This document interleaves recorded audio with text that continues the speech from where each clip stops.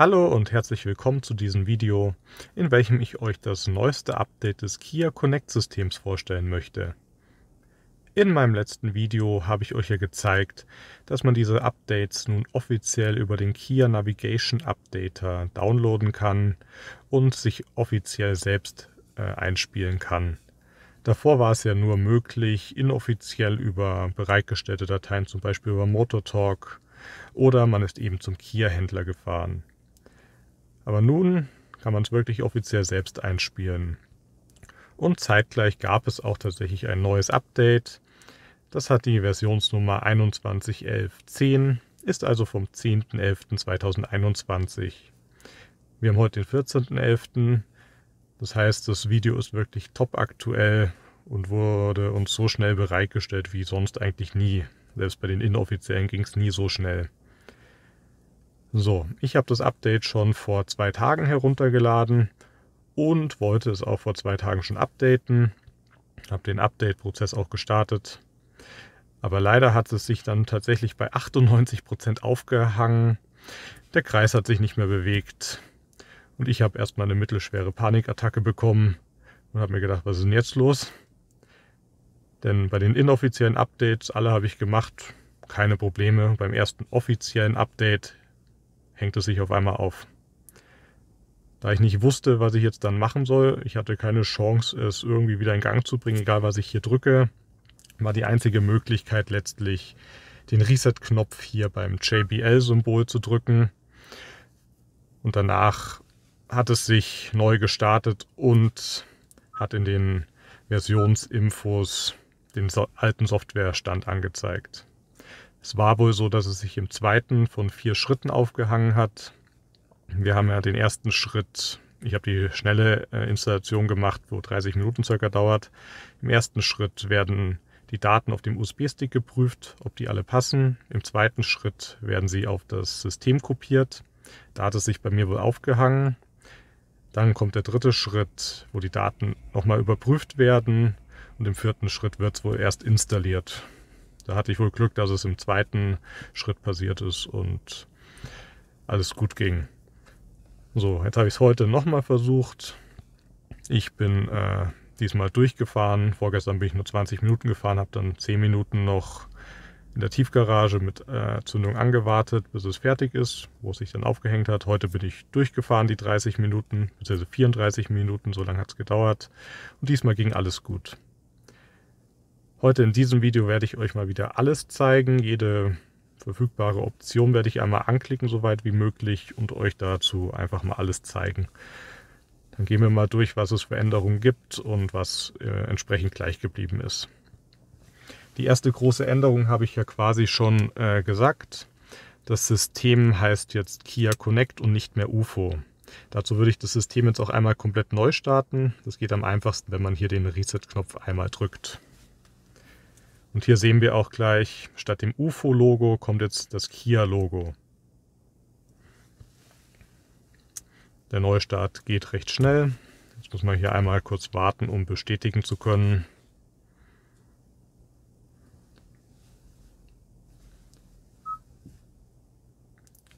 Und dann landen wir auch schon auf dem Homescreen, beziehungsweise er springt in das Menü. Genau, als allererstes will ich euch dann den Homescreen zeigen. Hier hat sich erstmal nicht so viel getan. Wir haben hier links weiterhin Uhrzeit und Datum. Unten links die aktuelle Medienwiedergabe. Dann haben wir rechts die Karte. Sie ist ein bisschen deutlicher jetzt zu erkennen, aber immer noch recht schwach zu vernehmen. Was mir vorhin eigentlich aufgefallen ist, er zeigt hier oben rechts auch das Wetter an. Das macht er jetzt gerade nicht. Dazu würde ich mal kurz auf Kia Connect springen, aufs Wetter. Da aktualisiert er jetzt erstmal. Hier sehen wir jetzt das aktuelle Wetter vom aktuellen Standort. Da gehen wir aber nachher nochmal kurz rein. Wenn ich jetzt nochmal auf den Homescreen gehe, zeigt er jetzt tatsächlich das Wetter an vom aktuellen Standort. Das ist soweit der Homescreen. Dann schauen wir mal ins Menü rein. Hier hat sich auch erstmal nicht viel getan, außer der Punkt Kia Connect, der früher Kia UFO hieß. Oder auch nur UFO an sich, weiß ich jetzt gerade nicht mehr. Aber wir schauen jetzt erstmal in die Karte rein. In der Karte hat sich meines Wissens nach, oder was ich jetzt so geschaut habe, nichts geändert. Ich überlege gerade, ob der Parkplatz damals, wo ich die letzten Videos hier aufgenommen habe, auch schon so angezeigt wurde. Ansonsten hier im Menü hat sich nicht viel getan und hier links die Buttons haben sich auch nicht geändert. Man sieht es jetzt gerade ein bisschen schwer auf dem Handy. Ich mache mal ein bisschen dunkler. Ja, jetzt sieht man es besser. Hier links ist noch der Button Navigationslautstärke plus minus vom Zoom. Aber hier hat sich, glaube ich, sonst nichts geändert. Wieder ein bisschen heller. Dann gehen wir mal auf die Navigation. Hier hat sich auch erstmal nichts geändert. Kia Service ist gleich geblieben. Und auch Kia Live, die Optionen Verkehrsinfo, Live-Parkplätze und Live-Tankstellen sind gleich geblieben. Dafür hat sich bei der Navigation in den Einstellungen was geändert, da komme ich aber später dann dazu. Bei den Telefonoptionen per Bluetooth verbundene Telefone hat sich nichts geändert. Bei Android Auto hat sich letztlich auch nichts geändert. Rechts das Drittel, wo nur Android Auto angezeigt wird, ist weiterhin vorhanden. Als nächstes kommt hier die Sprachnotiz. Hier weiß ich es jetzt gerade nicht. Ich nutze diese Funktion nicht, deswegen habe ich da nie reingeschaut. Vielleicht beim vorletzten Video. Ich weiß nicht, ob diese Einstellung der Mikrofonlautstärke schon da war oder nicht. Ansonsten ist zur Sprachnotiz, glaube ich, nicht mehr zu sagen. Dann haben wir als nächstes die Klimaoption. Die ist erst verfügbar, wenn man den Motor startet, beziehungsweise auch wenn man die Zündung startet. Diese habe ich jetzt einmal eingeschaltet. So, wir sehen jetzt hier links und rechts die jeweiligen Temperaturen, die eingestellt sind, hier unten. Dann aktuell Automodus, Klimaanlage an, Synchronisation an. Wenn man nun manuell etwas einstellt, geht das Auto aus. Es gibt hier eine schöne Animation, dass jetzt der Luftstrom zur Scheibe gerichtet ist. Jetzt ist der Luftstrom auch noch zum Fahrer gerichtet. Und hier unten in den Fußraum wird hier unten im Kreis auch nochmal angezeigt. Dann kann man die Lüftungsgeschwindigkeit ja einstellen. Es wird dann hier unten angezeigt, sowie diese Luftströme werden optisch größer und kleiner. Das Einzige, was hier nicht angezeigt wird, so wie es scheint, ist die Umluft. Wenn ich die hier einstelle, wird das dort nicht angezeigt. Auch die Heckscheibenheizung, wobei die geht gerade nicht, weil der Motor nicht läuft, wird auch nicht angezeigt, zumindest jetzt nicht. Dann kann man noch volle Lüftung auf die Scheibe machen, das funktioniert. Und man kann es auch ausschalten. Ansonsten wird hier drin die Außentemperatur zusätzlich angezeigt. Die sieht man ja sonst auch nur im digitalen Cockpit. Und man kann diese beiden Optionen automatisches Entfeuchten und automatisches Entnebeln ein- und ausschalten. Soviel zur Klima. Dann haben wir den Valet-Modus. Den habe ich ja auch schon in einem der letzten Videos vorgestellt. Hier geht es ja darum, dass wenn man irgendwo das Auto abgibt zum Parken, dass derjenige, der das Auto nutzt, hier das System dann nicht nutzen kann. Dazu muss man einfach nur irgendeinen PIN eingeben. Natürlich nicht 1, 2, 3, 4, wenn man es wirklich abgibt. Das könnte derjenige vielleicht testen.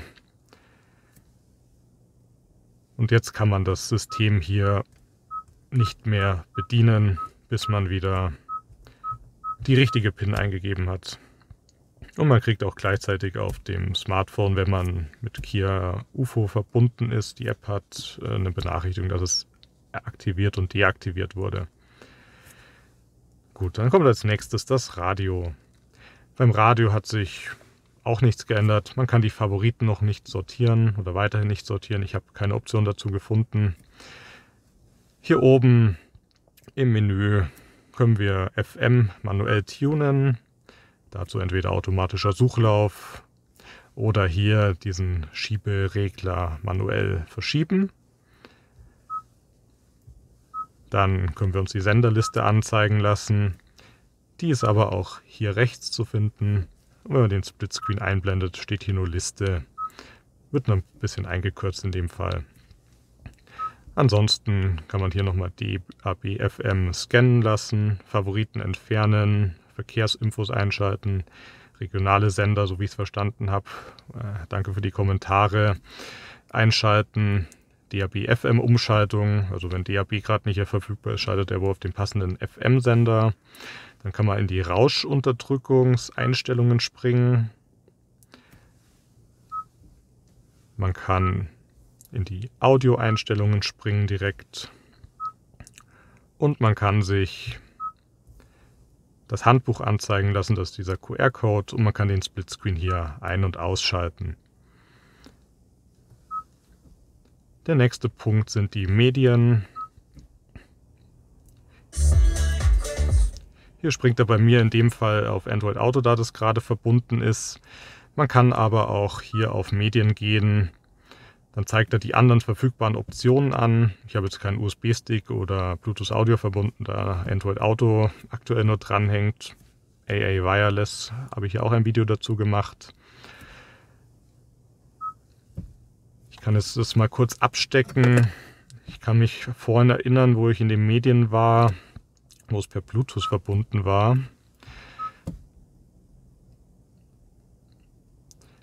Dass sich hier nicht viel geändert hat. Dieser Daumen, ich weiß nicht, ob der schon früher da war. Ein Gefällt mir Daumen, was auch immer ich da jetzt als Gefällt mir markiere und auch wo. Ob das jetzt in der App von meinem Handy ist oder bei Spotify in dem Fall. Keine Ahnung. Genau, hier oben im Menü kann man dann noch die Medienquellen auswählen wieder. Ist quasi dasselbe, wenn man hier Media drückt. Man kann das Gerät wechseln. Das ist, glaube ich, ein Unterschied, der mir auffällt. In den letzten Updates war hier so ein Symbol mit Gerät wechseln. Das ist jetzt anscheinend nicht mehr da. Dann kann man wieder in die Audioeinstellung springen, Handbuch, den QR-Code anzeigen lassen und den Splitscreen einstellen. Mehr ist hier nicht bei den Medien. Der nächste Punkt wäre dann Kia Connect. Hier gibt es mit Sport nun einen ganz neuen Punkt. Aber ich fange jetzt erstmal mit Kalender an. Kalender habe ich selbst nicht verknüpft. Den kann man in der Kia Connect App oder auch Kia UFO App verbinden. Zum Beispiel Google Kalender und ich glaube noch ein paar andere. Ich selbst nutze nur Google. Ich habe es jetzt hier nicht verbunden. Man kann sich dann den Kalender auch im Splitscreen anzeigen lassen und hier dann entsprechend. Dann gibt es das Wetter als Punkt. Hier der heutige Tag vom aktuellen Standort und die Vorhersage für die nächsten 6 Tage. Ansonsten Symbol für aktuellen Standort, wann es zuletzt aktualisiert wurde und manuell aktualisieren. Genau, jetzt kommt der Sportpunkt, das ist komplett neu. Hier kann man sich wohl aktuelle Sportergebnisse von den 3 Sportarten aktuell anzeigen lassen. Baseball hat aktuell wohl Saisonpause. Ansonsten, es gibt eigentlich noch viel mehr Sportarten, die man hier anzeigen könnte. Football, Tennis, was auch immer. Aber wenn wir jetzt hier einmal reinschauen, bei Fußball zum Beispiel, Bundesliga keine Spiele angesetzt. Hier in den Niederlanden auch nicht. La Liga auch nicht. Kommt wohl gerade nicht so viel. Dann kann man hier oben noch wechseln zwischen aktuelle Spiele und Tabellen. Da werden einem die aktuellen Tabellen angezeigt. Ja, ich sag mal so, ich brauche das im Auto nicht, dass ich mir irgendwo Sportergebnisse anzeigen lasse. Aber diese Sportübersicht kann man sich dann wohl auch in den Splitscreen einblenden lassen. Es ist dann die Frage, ob sie es irgendwann mal mit mehr Sportarten erweitern. Ansonsten kann man sich hier noch Teams als Favoriten speichern, 20 Stück wohl. Und da kann man hier alle Ligen, beziehungsweise nicht alle Ligen, 2. Bundesliga fehlt schon mal, 3., was wir nicht alles haben. Also diese Ligen stehen zur Auswahl. Bei Basketball kann man die NBA nur sehen, Golf die 3 Touren und Baseball die MLB wohl. Ich weiß jetzt nicht, ob das ein großer Mehrwert ist. Ich werde diesen Punkt, denke ich, nicht nutzen. Dann kann man hier eine Fahrzeugdiagnose erstellen. Die geht tatsächlich nur bei laufendem Motor, wo ich jetzt Zündung anhab. Und man kann hier in die Kia Connect Einstellungen, die hießen früher Kia UFO Einstellungen, springen. Sieht hier, wie lang es noch läuft und weitere Infos. Soviel zu Kia Connect. Hier können wir wieder auf Kia Live springen. Das zeigt genau dasselbe an wie vorhin über die Navigation, als wir da auf Kia Live gesprungen sind. Bevor ich jetzt noch in die Einstellungen gehe, habe ich hier noch den Punkt Hinweis auf der nächsten Seite. Hier ist ein Hinweis wohl mal reingekommen, dass sie die Nutzungsbedingungen aktualisieren. Das war vor knapp 2 Monaten. Und man kann hier aufs Handbuch springen, das der berühmte QR-Code ist. Dann bleiben eigentlich nur noch die Einstellungen. Hier gibt es jetzt eine große Änderung. Wenn wir jetzt auf Fahrzeug springen, dazu muss die Zündung an sein, das ist sie bei mir jetzt noch. Sehen wir, sie haben hier eine schöne Animation gemacht, beziehungsweise ein schönes Bild, wo denn die ganzen Fahrerassistenzsysteme stecken. Früher war das ja nur eine Liste, die man durchgehen konnte, jetzt ist es hier ein bisschen visualisiert. Da gibt es jetzt einmal den Fahrkomfort, den man einstellen kann. Da steckt jetzt letztlich nur der Spurfolgeassistent und die Tempolimit-Warnung dahinter. Dann kann man hier Sicherheit vorne einstellen. Ist da ein aktiver Assistent, wird so gewarnt oder ist es aus. Kann man die Spursicherheit einstellen. Assistent nur Warnung oder aus. Dann toter Winkel, ein- und ausschalten, Sicherheit parken, Querverkehrswarner hinten einstellen und ganz interessant Kameraeinstellungen. Da kann man jetzt die Rückfahrkamera-Einstellungen sehen. Dazu habe ich mir gedacht, ob ich da mal so ein Tipps- und Tricks-Video mache, weil das habe ich in den letzten Updates schon gefunden, aber nur über die Suche. Das heißt, man kann hier eigentlich reingehen und während der Fahrt die Rückfahrkamera anzeigen. Kann man mal machen, aber wenn das nebenbei läuft und das ist ja nicht so dargestellt wie sonst, so ein bisschen kleiner und zusammengedrückt, würde ich jetzt mal sagen, das ist für mich nur ablenkend. Aber das kann man jetzt quasi auch einstellen, ohne dass der Rückwärtsgang drin ist oder sonst was. Dann kann man noch hier die Lautstärke von den Parkpiepsern einstellen und dann wieder zurückgehen. Genau, hier ist die Fahreraufmerksamkeitswarnung, normale Sensitivität. Das ist ja nur die Anzeige im digitalen Cockpit, wann die letzte Pause war, und da wird jetzt kein Auge getrackt oder so, dass wirklich geschaut wird, ob man müde ist oder nicht. Es wird nur empfohlen, dass man wohl Pause macht dann. So, Sicherheit vorne, das hatten wir schon. Das wiederholt sich hier links dann wohl, wenn man die einzelnen Punkte springt, weil Spursicherheit, die hatten wir auch schon zum Einstellen. Dann hier toter Winkel hatten wir schon, Sicherheit parken, waren wir auch schon drin. Und hier unten gibt es noch 2 Symbole. Hier sind die Warnzeitpunkte, ob normal oder spät gewarnt wird. Warnlautstärke, aber die Warnlautstärke ist auch hier drin. Das ist die Parkhilfe priorisiert.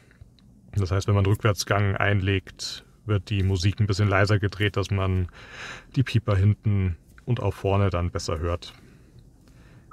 Mehr kann man dann bei dem Fahrerassistenzsystem nicht einstellen. Als nächstes kommt das Kombi-Instrument. Hier hat sich, glaube ich, nichts geändert. Serviceintervall kann man sich einstellen lassen. Gefahrene Kilometer zur letzten Service, 113 Tage her. Ich überlege gerade, ob das passt. Irgendwann im April, wird schon passen. Dann, ob der Verbrauch irgendwo resettet wird. Dann kann man die Inhalte im Display einschalten und den Begrüßungston ein- und ausschalten. Als nächstes kommt die Klimaanlage. Das sind die 2 selben Punkte, die wir vorhin schon hatten, die man über diesen Klimapunkt einstellen kann. Dann kann man den Sitz wieder einstellen, ob er automatisch beim Einsteigen und Aussteigen zurückfährt. Habe ich aktuell auf ausgeschaltet, da ich mal ein Kind hinter mir hatte und das wird dann ein bisschen eingequetscht, wenn der nach hinten fährt. Da muss man aufpassen. Ohne Kind hinter einem kann man das natürlich machen.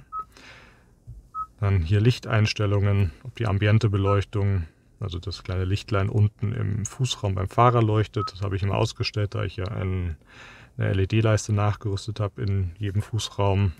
Das passt dann nicht zu meinem aktuell rot eingestellt zum Beispiel. Dann kann man den Komfortblinker einstellen, wie oft soll er blinken, wenn man ihn einmal antippt. Die Spiegel-Licht-Willkommensfunktion, ob der Spiegel aufklappt, wenn man sich nähert, bitte wenn die Tür entriegelt wird. Habe ich beides eingestellt, und Scheinwerfer-Timeout, ob die dann noch anbleiben sollen, wenn der Motor ausgeschaltet wird.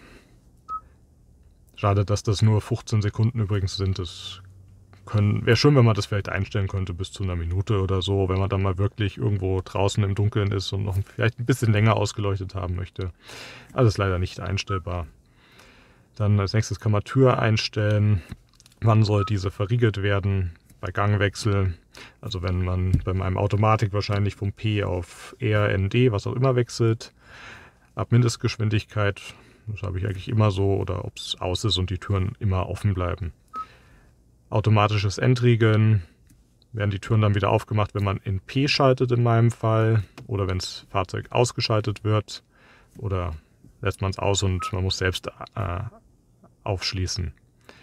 Dann kann man noch einstellen, ob die Heckklappe automatisch auf und zugehen soll und ob sie intelligent sein soll, also man sich mit dem Schlüssel nähern soll hinten, wenn es abgeschlossen ist, das Auto, und dann automatisch aufgeht. Als letztes haben wir dann noch Komfort. Da kann man einfach einschalten, ob das Wireless-Ladegerät, die Skiablage aktiv sein soll und ob der automatische Heckwischer bei Rückwärtsgang aktiviert sein soll. Also wenn man Rückwärtsgang einlegt und er erkennt vorne Regen, dass hinten dann einmal gewischt wird. Ansonsten war es das bei den Fahrzeugeinstellungen schon. Als nächstes kommen die Navigationseinstellungen. Navi, Straße, irgendwas nicht gesetzt. Ist mir auch neu. Da hatte ich noch nicht gesehen, so eine Meldung. Gut, hier in der Anzeige kann man erstmal die Fahrzeuggeschwindigkeit einblenden. Das ist jetzt quasi, wenn ich es aktiviere und auf die Map gehe, wird einem hier oben über den Kennzeichen, die erkannt werden, nochmal die aktuelle Geschwindigkeit angezeigt. Ist aber dieselbe wie vom Tacho, nicht die GPS, soweit ich weiß. Habe ich immer ausgestellt, brauche ich nicht. Kann ich ja im Tacho nachschauen. Dann ob Verkehrsinfos eingeblendet werden. Ist eigentlich ganz nett gemacht, dass hier rechts dann ein paar Bilder als Info angezeigt werden dafür. Genau, Farbe für Verkehrsprobleme, ob es dann gelb oder rot ist, wenn ein Stau ist. Dann kann man sich hier POIs in der Nähe auswählen, was angezeigt werden soll. Da haben wir diese Punkte in dem Fall. Man kann auch bei Tankstellen noch automatisch anzeigen, wenn der Tank bald leer ist. Und hier gibt es noch die Option, ob Benzin- oder Dieselpreise dann angezeigt werden sollen. Benzin, man kann jetzt nicht zwischen E10 und E5 wählen. Ich weiß nicht mehr, was er wirklich anzeigt, ob es jetzt der E5 oder der E10-Preis ist. Genau, und hier unten ist derselbe Punkt dann nochmal für die Kraftstoffinfo. Also so. Dann Anweisungen. Sollen die Routenführungen entsprechend ausführlich angezeigt werden, Streckendetails und Geschwindigkeitsbegrenzungen anzeigen, Entfernungsart festlegen, Intervalldistanz oder Gesamtentfernung, Sprachführung der Navigation. Da kann man einstellen, ob das in Zielnähe stumm geschaltet wird, dann wird nichts mehr gesagt. Grenzübergangsinformationen. Das ist immer, wenn man in ein anderes Land fährt, dass einem quasi diese Optionen oder diese Werte eingeblendet werden, was man denn auf Autobahn, Landstraße und innerorts fahren darf. Und hier eine Routenübersicht beim Anhalten. Das heißt, wenn man an der Ampel steht oder so, wird die gesamte Strecke angezeigt. Und wenn man dann wieder losfährt, wird die normale Ansicht angezeigt. Dann Einstellung letzte Ziele. Sollen letzte Ziele gespeichert werden. Soll da ein Zeitstempel hinterlegen, wann man da wohin gefahren ist zum letzten Mal. Sollen die letzten Ziele beim Start direkt angezeigt werden. Und sollen Ziele empfohlen werden. Ob Wohnort oder Arbeit, abhängig von der Tageszeit und Häufigkeit der Nutzung. Der registriert dann wohl, wie oft man nach Hause oder zur Arbeit navigiert, wann man das macht und würde es dann einem vorschlagen. Mehr Optionen sind hier nicht bei den Anweisungen. Warnungen, da steckt die Radarkontrollenwarnung dahinter. Ich konnte es heute noch nicht testen, ob sie weiterhin geht. Ich habe zwischendurch mal gelesen, sie soll auch bei mobilen Blitzern wohl wieder bei einigen gegangen sein. Ich habe bisher immer nur feste angezeigt bekommen in der letzten Zeit. Und hier kann man ein paar Sachen noch einstellen. Was weiterhin nicht geht, es gab es ja früher, dass man hier in der Map den Kamera-Button hatte und selbst was melden kann. Das gibt es aber weiterhin nicht. Als nächstes kommt dann die Karte. Da kann man den Kartenmodus einstellen. Kartenansicht, 2D Norden oben, 2D Fahrtrichtung oben oder 3D Fahrtrichtung oben. Dann sollen 3D-Gebäude angezeigt werden und Autozoom soll immer entsprechend reingezoomt werden, wenn man irgendwo abbiegt oder die nächste Aktion kommt. Dann bei Farbschema haben wir jetzt ein 4. Farbschema. Das ist schwarz.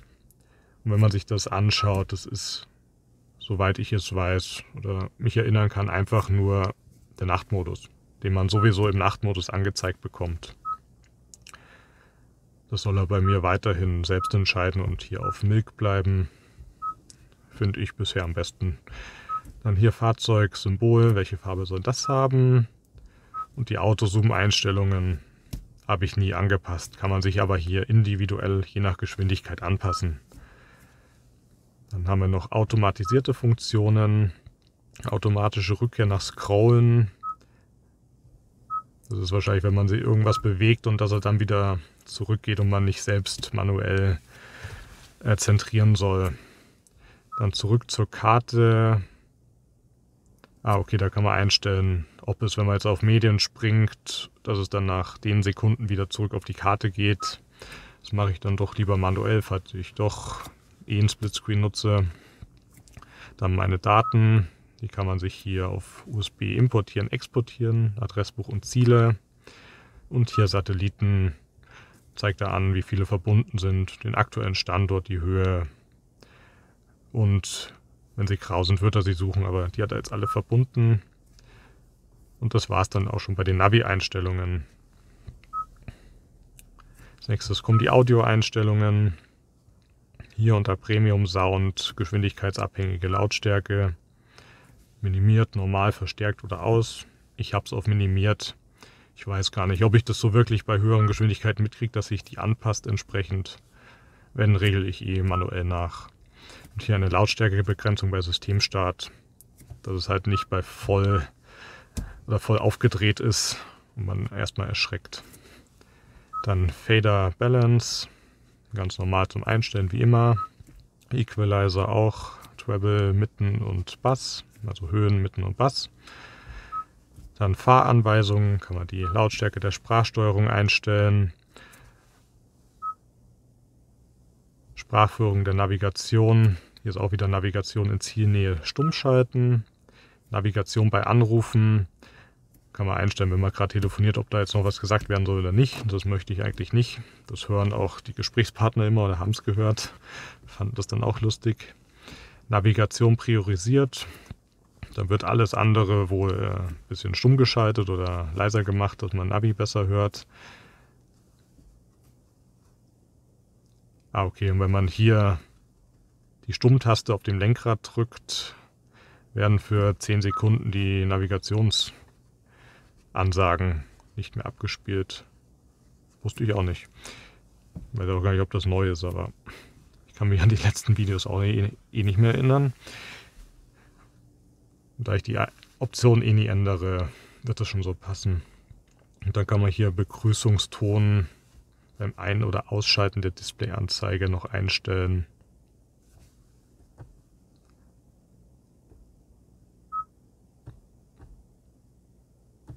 Was auch immer für eine Displayanzeige damit jetzt gemeint ist. So, dann haben wir nochmal die Rauschunterdrückung, da konnte man über Radio und Medien auch hinspringen. Dann Fahrerassistenz, wieder Parkhilfe priorisiert. Da konnte man über die Fahrerassistenzeinstellungen im Fahrzeug auch hinspringen. Und dann kann man hier noch verbundene Geräte, die Lautstärken einstellen. Android Auto ist gerade auf leise, das hatte ich hier vorhin leise gedreht. Und für Apple CarPlay, wenn das verbunden wäre, kann man das auch nochmal extra einstellen. So viel zu den Audioeinstellungen, wobei ich es gerade noch sehe, hier oben kann man auch die Tastentöne ein- und ausschalten. Und hier, wo ich es auch gerade sehe, kann man Bildschirm ein- und ausschalten in den Gesamteinstellungen. Dann schauen wir mal auf die Geräteverbindung. Hier sehen wir Telefonverbindungen. Aktuell ist mein Handy verbunden. Da sehe ich noch Nachrichteninfos, ob eingehende Nachrichteninfos eingeblendet werden soll. Vordefinierte Nachrichten kann man hier auswählen. Antworten auf SMS oder Ablehnen von Anrufen. Dann einen privaten Modus kann man einschalten. Es werden keine Kontakte, Anrufe, Favoriten und Textnachrichten angezeigt. Das heißt, wenn irgendjemand Fremdes zum Beispiel oder jemand, der nicht so die persönlichen Daten sehen soll, Nachrichten sehen soll, dass der das dann nicht sieht. Dann gibt es hier noch Bluetooth-Systeminfo, Fahrzeugname Kia, Code 4 mal die 0. Den kann man sich dann manuell einstellen, dass sich jetzt nicht jeder da verbinden kann im Zweifel. Und mein Punkt, den ich immer suche, die Telefonprojektionseinstellungen, ist auch wieder da. Android Auto aktivieren und Splitscreen bei Android Auto nutzen. Das habe ich ja so gerne immer gesucht. Und dasselbe dann hier bei Apple CarPlay aktivieren und da auch Splitscreen.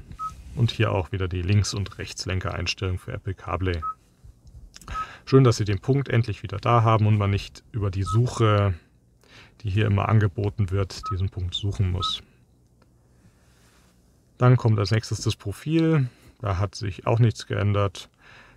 Das könnt ihr in den letzten Videos anschauen, wenn da was wäre für euch. Wir haben weiterhin 2 Profile und ein Gastprofil und kann das dann auch mit der UFO-App verbinden und auch da Einstellungen dann entsprechend vom System vornehmen. So, hier in der Spracherkennung kann man wieder die Online-Spracherkennung aktivieren, deaktivieren und bei den Sprachbefehlen auswählen, ob die Befehle minimiert werden soll. Also dass hier nicht immer so viel gesprochen wird von ihr. Das nächste ist Thema Layout.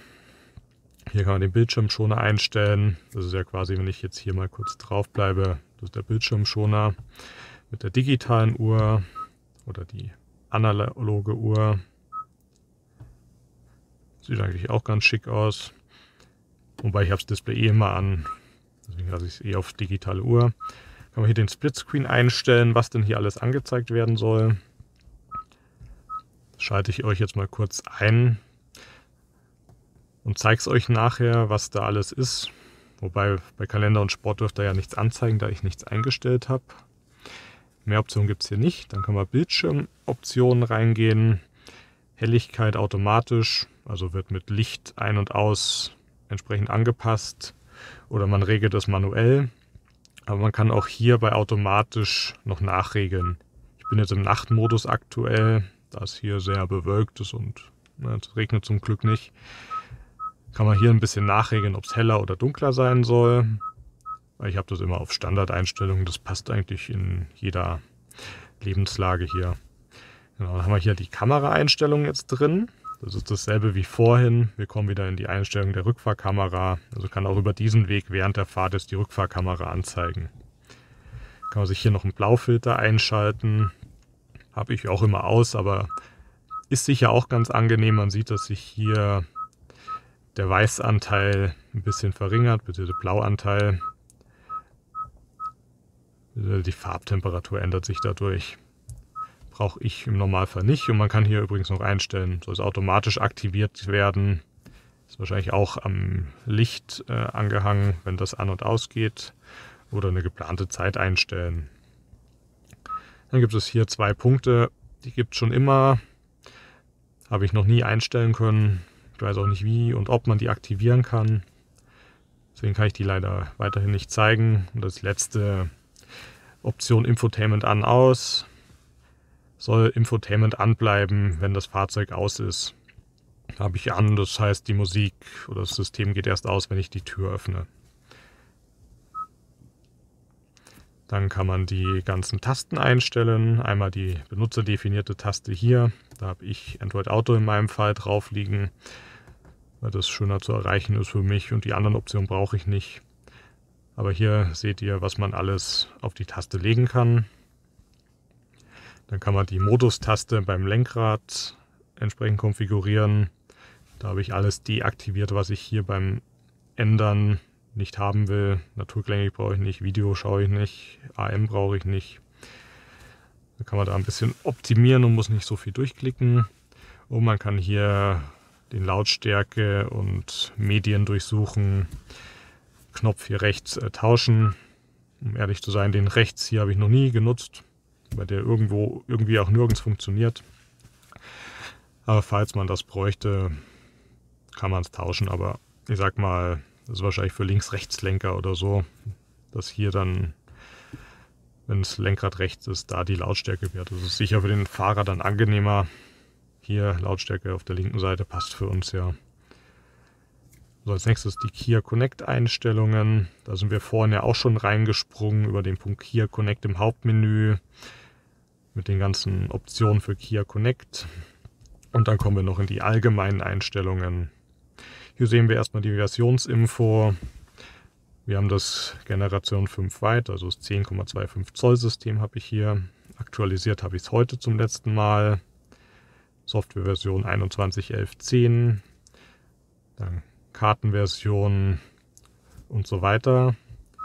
Systeminfo, kann man sich den belegten Speicher von den Sprachnotizen anzeigen lassen. Wird auch nach Fahrer aufgeteilt, wo ich es gerade gesehen habe, wer hat da was belegt. Dann kann man sich hier wieder das Handbuch anzeigen lassen und Modem-Informationen einblenden lassen.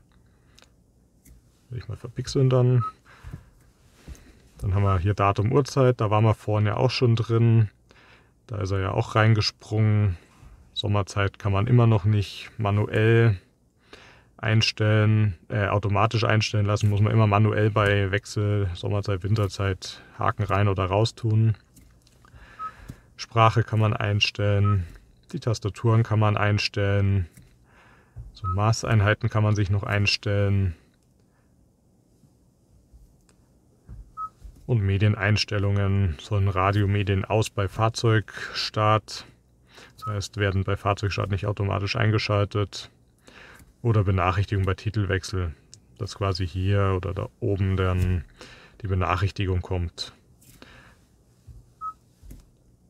Das war's hier jetzt eigentlich schon. Jetzt werde ich noch einmal den Splitscreen anschauen. Dazu gehe ich einfach mal auf Radio. Blende hier wieder den Splitscreen ein. Aber da gibt es auch noch ein paar Optionen, die ich euch zeigen kann, die sich geändert haben. Hier haben wir jetzt aktuell die Map. Die kann man auch durch Klicken noch hier in der Anzeige ändern. Hier 3D-Anzeige. Wobei, ich weiß nicht, ob es jetzt hier vielleicht mal klappt, dass das gespeichert wird. Früher wurde das nie gespeichert. Das heißt, man musste immer manuell wieder drauf tippen. Als nächstes kommt hier die Wettervorhersage. Früher wurde da, glaube ich, nur der aktuelle Tag angezeigt. Jetzt werden die nächsten 3 Tage und die weiteren 3 Tage danach angezeigt. Also so heute und die nächsten Tage so. Dann Kompass. Den gab es bisher nur in einfacher Ausführung. Also diese Anzeige. Jetzt gibt es 3 verschiedene. Hier ein bisschen mehr in 3D und in Weiß 3D. So ein bisschen klassischer, würde ich sagen. Dann kann man sich die Uhrzeit anzeigen. Den Kalender, keine Ereignisse, ist ja gar nicht verbunden, und Sport. Und hier kann man dann direkt wohl reinspringen. Ja, da oben tut sich nichts, aber man kann hier reinspringen. Und in die Einstellung kommt man dann direkt. Was jetzt noch interessant ist, wenn ich jetzt auf Maps springe, ob das dann tauscht. Splitscreen, ja, macht er. Und jetzt gehe ich nochmal auf Android Auto. Achso, jetzt gerade nicht verbunden. Da warten wir jetzt mal einen kurzen Moment, bis sich das verbunden hat.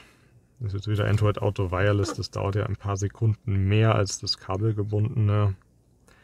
Aber dafür geht es eigentlich recht fix. Also Android Auto ist verbunden, sagt er schon. Da springt er jetzt auch direkt rein. Genau, bei Titelwechsel zeigt er das auch an von Android Auto und jetzt ist er hier in der Map. Jetzt springe ich wieder in die Map.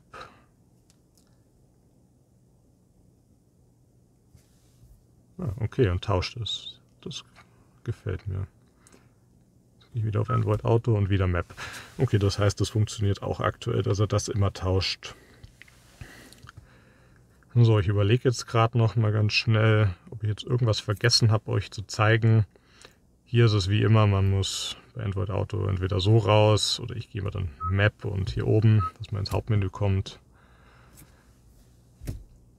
So, ich glaube, das war es dann tatsächlich schon. Ich habe euch jetzt einfach alles nochmal gezeigt, die ganzen Änderungen. Ein paar sind es immerhin. Was ich hier oben gerade noch sehe, hier stand ja immer UFO, glaube ich. Jetzt steht hier das neue Kia-Symbol für den Empfang. Ja, das war's dann, glaube ich. Dann danke ich euch schon mal fürs Zuschauen. Wo ihr das Update herkriegt, könnt ihr im letzten Video anschauen. Das kann ich auch nochmal alles verlinken. Das heißt, man kriegt die Updates jetzt offiziell, hat dann auch sicher keine Probleme mit der Garantie oder sonst was, wenn man es selbst einspielt. Ist ja alles offiziell von Kia. Gut, dann wie gesagt, vielen Dank fürs Zuschauen und bis zum nächsten Mal.